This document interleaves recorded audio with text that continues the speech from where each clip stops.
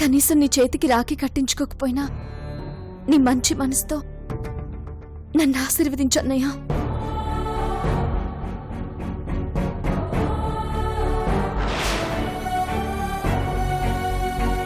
ఇప్పుడు కూడా గుళ్ళో తనతో మాట్లాడొస్తున్నాను. ఈ పెళ్లి ఇష్టమా లేదా అని సూటిగా అడిగాను. ఏమంది? ఇష్టమే అని చెప్పింది. అలా ఇలా చెప్తుంది బాబు. ఒక పెళ్లి జరిగాక ఆ మెళ్ళో మరో తాళి కట్టడం కుదరదు. పెళ్లి జరగటం ఏంటి? నా పెళ్లి మరొకరితో జరిగిపోయింది. ఆడపిల్లలందరూ రాఖీలు పట్టుకొని అన్నాతమ్ముళ్ల కోసం తిరుగుతుంటే వాళ్ళని చూశాక కూడా గుర్తురాలేదా? అయ్యో సారీ అన్నయ్య, మర్చిపోయాను. ఇప్పుడు తీసుకొచ్చి కడతాను.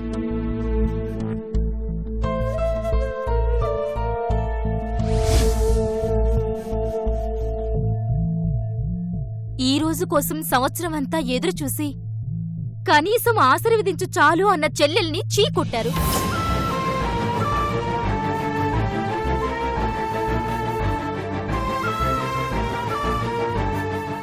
అలాంటి రోజు ఉందన్న విషయం గుర్తు చేస్తే కాని గుర్తురాని చెల్లెలికి గుర్తు చేసి మరీ అడుగుతున్నారు.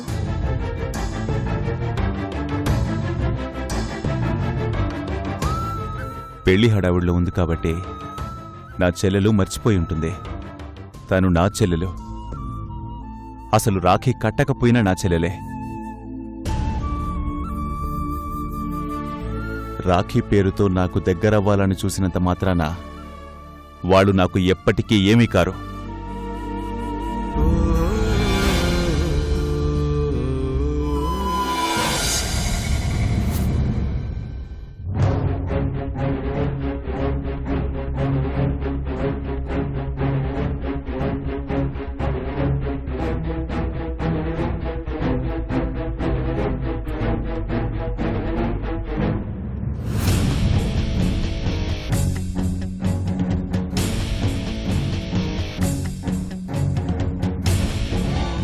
ఏమైందమ్మా?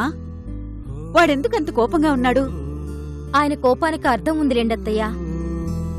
ఈ రోజు రాఖీ పండగ కదా అని తన అన్న పేరు మీద అర్చన చేయించడానికి సుభద్రొచ్చింది.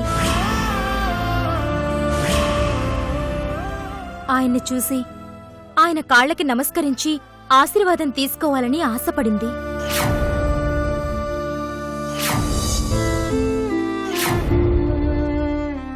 ఆశీర్వదించు అన్నయ్య అని కాళ్లమీద పడిన సుభద్రని కనీసం కన్నెత్తైనా చూడకుండా వచ్చేశారు.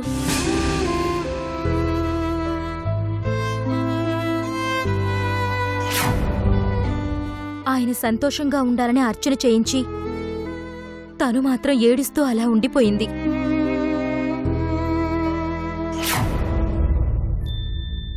ఏ దేవుడి శాపమో తెలియదు కాని ఆ పిచ్చి దాని ప్రేమ వాడికి అర్థం కావట్లేదమ్మా.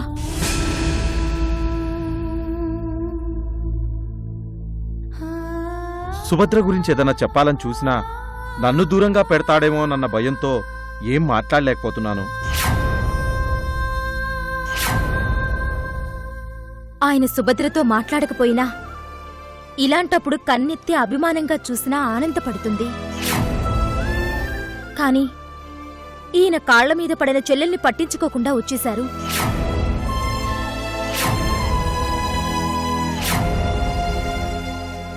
ఏం చేస్తాంలేమ్మా, వాడికి చెప్పలేం. దానికి అర్థం కాదు. ఏం చేసినా ఎన్నన్నా అది ఆ అన్నని అభిమానించడం మానదు. అభిమానించే మనుషులు దొరకడం అదృష్టం అత్తయ్యా. వాళ్ళని దూరం చేసుకోవడం దురదృష్టం.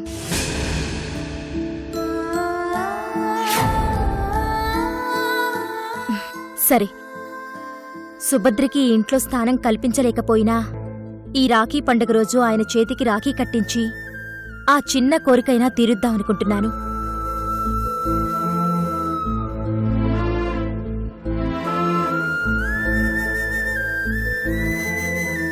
అక్క ఎదురు పడితేనే తట్టుకోలేనన్నయ్య. అక్క చేతులతో రాఖీ కట్టించుకుంటాడా? అది జరిగే పనేనా? మీరందరూ నాకు హెల్ప్ చేస్తే ఆయన చేతికి సుభద్రతో రాఖీ కట్టించే బాధ్యత నాది. నిజంగా నువ్వు ఆ పని చేయగలిగితే అంతకన్నా ఆనందమేముంది? ఇన్ని సంవత్సరాలుగా ఇంతమంది ఉండి కూడా ఏం చేయలేకపోతున్నా?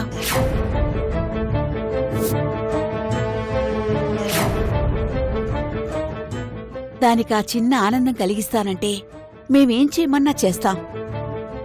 అయితే నేను చెప్పినట్లు చెయ్యండి. ఆ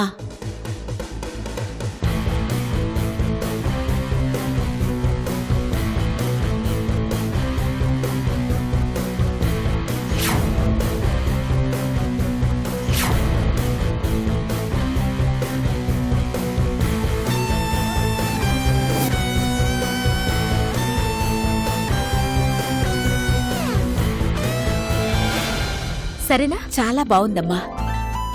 సరే, ఇన్నాళ్లకి నా కూతురి కోరిక నా కోడలు తీర్చబోతోందన్నమాట.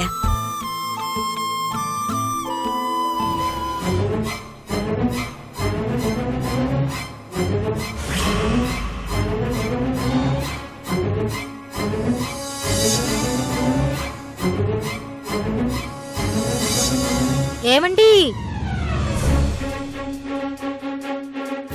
ఏంటి?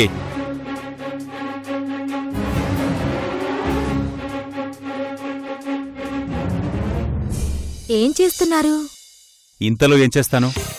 ఏమీ లేదు. గుడి దగ్గర నుంచి మూడౌట్లో వచ్చారు కదా అని. మూడౌట్ చేయడానికే కదా గుడికి తీసుకెళ్ళావు. నేను మంచి చేయాలని చూస్తాను. మీరు మూడౌట్ అయితే నేనేం చేస్తాను? అవసరమా టాపిక్? అయిపోయింది, వదిలేస్తాం. మళ్ళీ ఎందుకు దాని గురించి? ఆ సర్లేండి, దాని గురించేం మాట్లాడడానికి రాలేదు. మరి దేని గురించి మాట్లాడడానికి వచ్చావు? అంటే ఇప్పుడు ఇంట్లో పెళ్ళవుతుందంటే 10 మంది సరదాగా ఉంటారు. ఆటలుంటాయి, పాటలుంటాయి, కబుర్లుంటాయి, కనీసం పేకాటలుంటాయి. ఏమీ లేకుండా ఇదేం పెళ్లి ఇళ్ళండి? ఏంటిప్పుడు పేకాట ఆడతావా? మనవాడితే బాగోదులండి, చెప్తున్నా. నాకు చాలా బోర్ కొడుతుందండి. పెళ్ళిళ్ళంటే ఇలా ఉండకూడదు. అందులోనూ పర్వతనేని హరికృష్ణ గారి ఇంట్లో పెళ్లి. ఎలా ఉండాలి? ఆ రోజుల్లో 5 రోజుల పెళ్ళంటే ఎలా ఉండేది? అలా ఉండాలి. నసపెట్టకుండా విషయం చెప్పు. అంతేలేండి, ఉన్నమాటంటే ఉలికెక్కువ. ఇందులో నాసేముంది? ఉన్నమాట చెప్తున్నాను. పెళ్లి ఇల్లు ఇలా ఉండకూడదు. సరే, ఎలా ఉండాలి? చెప్పాను కదా, ఆట పాట సరదాగా ఉండాలి. ఏమాట ఆడతావేంటి? ఆడుకుందాం రండి, నేను చెప్తాగా. పిల్లలాడుకోవాలి, మనవాడుకోవడమేంటి? హలో, పెద్దవాళ్ళు ఆడుకునే ఆటలు కూడా ఉంటాయి. మీరు రావాలే గాని. వస్తారా రారా? బా, ఇప్పుడే కదా గుడి నుంచి వచ్చింది, అప్పుడే ఏంటి? సరదాగా ఆడుకోవాలనిపిస్తోంది. వస్తారా రారా? హే, తర్వాత చూద్దాంలే.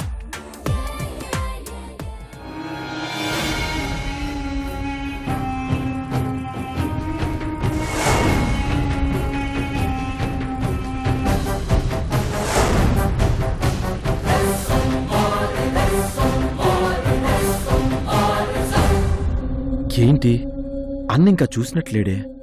చూసుంటే ఈ పాటికి అరుపు రావాలి కదా. అత్తయ్యా! ఏయ్, మళ్ళీ అమ్మేందుకు? ఈ మధ్య మీరు అత్తయ్య వస్తేనే గాని నా మాట వినడం లేదు కదా. సరే, ఇప్పుడేంటి? ఏముంది, ఆడుకోవాలి. ఏమాట? వస్తే చెప్తాను. సరే, వస్తానులే, నువ్వు పో. పో అంటే కుదరదు, రండి. వస్తానన్నాను కదా. ఏమో, రాకపోతే? ఏయ్, నీకు బాగా ఎక్కువైంది. ఇంతకుముందు మీకెక్కువైంది, ఇప్పుడు నాకెక్కువైంది. తప్పేముంది? భార్యాభర్తలం కదా, ఏదైనా 50-50 ఉంటుంది. రండి రండి, పదండి పదండి పదండి.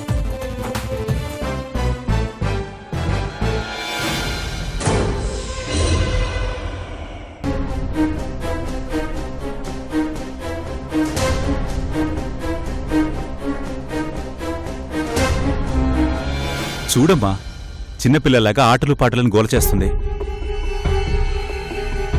ఇదేంటి అన్న ఫోటో చూసినట్లేడే?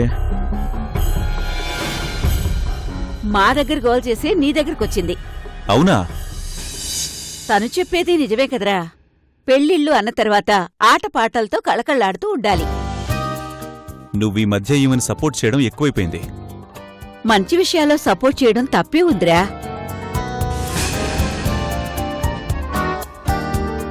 వాడలాగే అంటాడు గాని నువ్వు కాని అమ్మా. ఇంతకీ ఏమాటాడదాం? మీ అబ్బాయికి ఏ ఇబ్బంది లేకుండా కళ్ళగంతలాటాడదాం అత్తయ్య. అదే మాట. సింపుల్ అండి. కళ్ళకి గంతలు కడతాం. వాళ్ళు ఎవరిని పట్టుకుంటే వాళ్ళు మరొకరిని పట్టుకునే వరకు ఆడాలి. అంతేనా? సరే కానివ్వు. మరి ముందెవరికి కడతారు? ముందు సింహకి.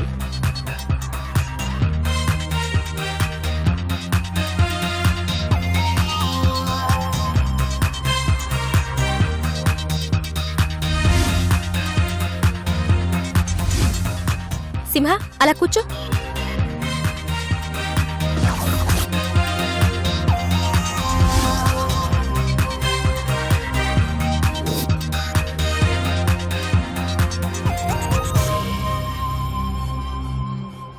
కనిపిస్తుందా ఇవన్నీ? 3. Okay, ready.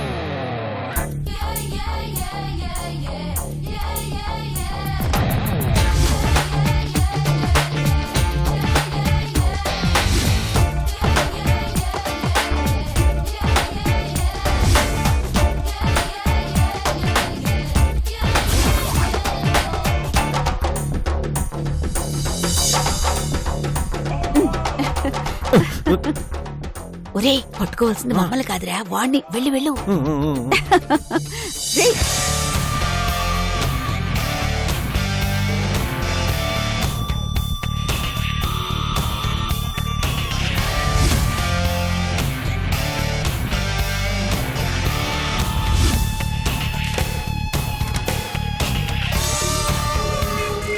రేయ్, నీ వల్ల కాదు గాని నన్ను పట్టుకో.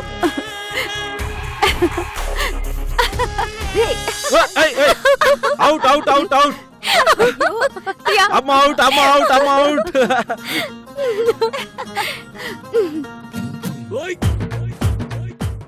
ఇప్పుడు అత్తయ్య.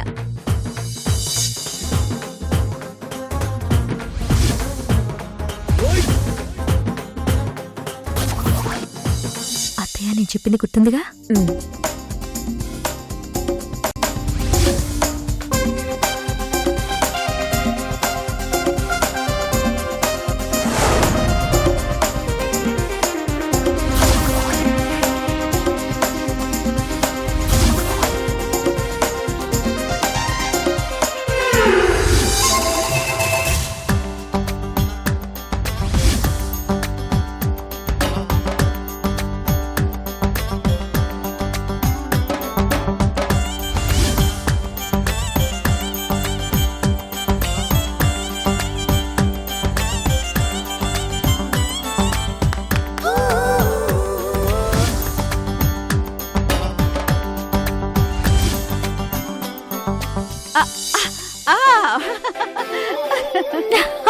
Sirish out, Shirish out.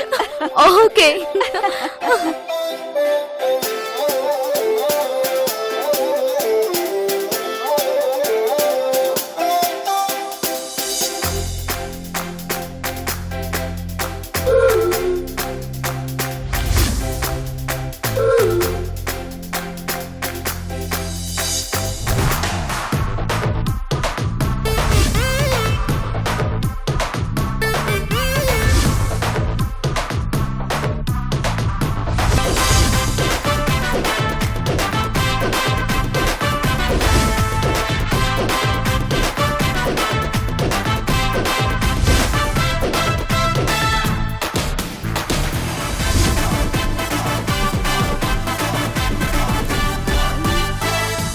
Out out out out out out.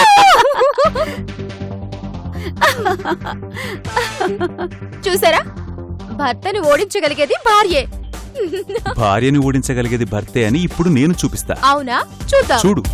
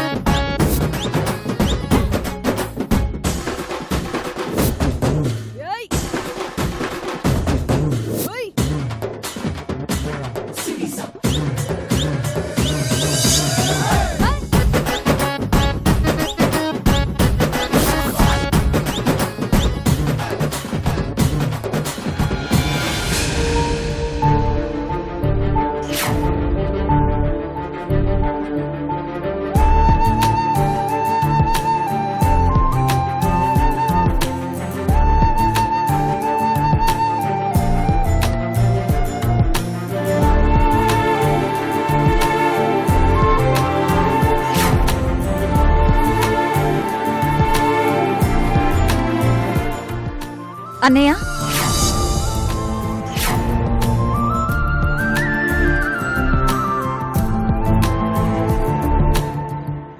ఇందాక రాఖీ కట్టలేదని ఫీల్ అయ్యావు కదా, ఇదిగో రాఖీ తెచ్చాను.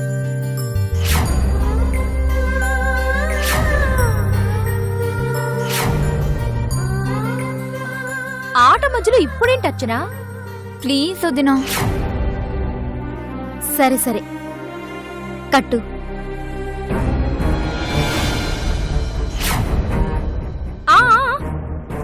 ఆట పూర్తవ్వకుండా గంతలు విప్పకూడదండి.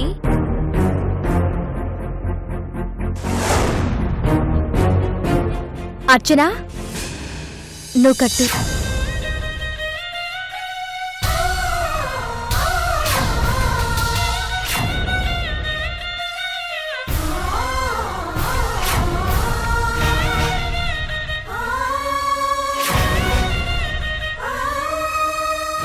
అన్నయ్య, చేయి చాపు.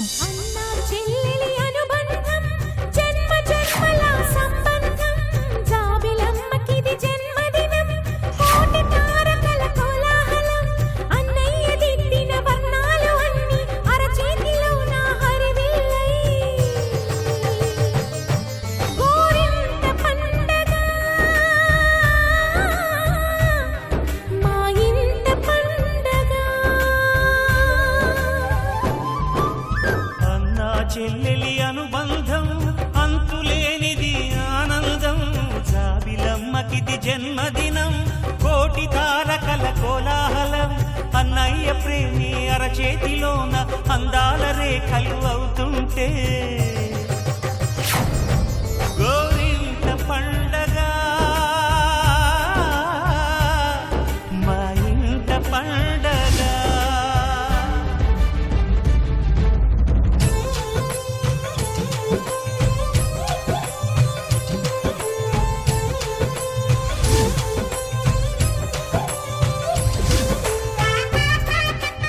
స్వీట్ తినిపిస్తాను, నోరు తెరు అన్నయ్య.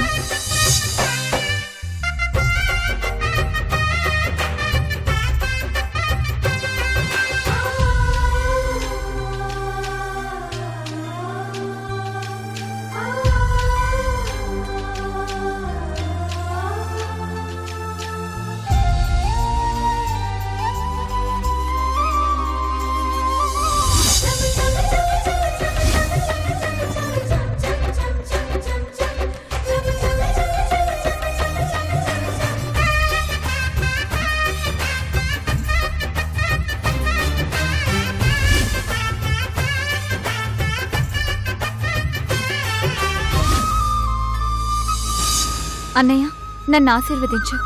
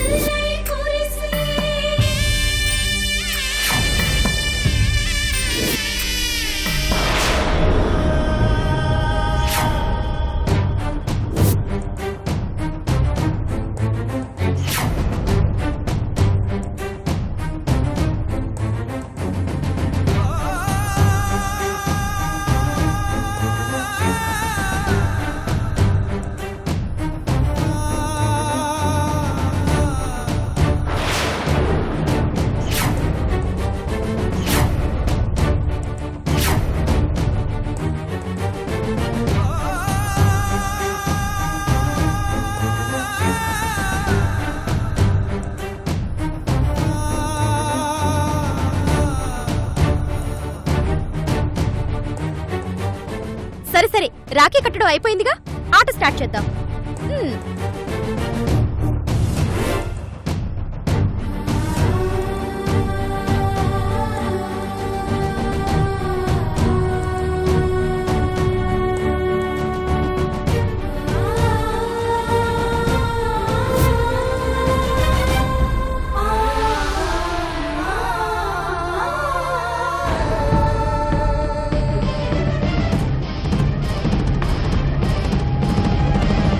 ఏంటిది? ఎంతసేపు తిరిగినా ఎవరూ తగలడం లేదు. పక్కన మనుషులు తిరుగుతున్నట్టు చప్పుడు కూడా లేదేంటి?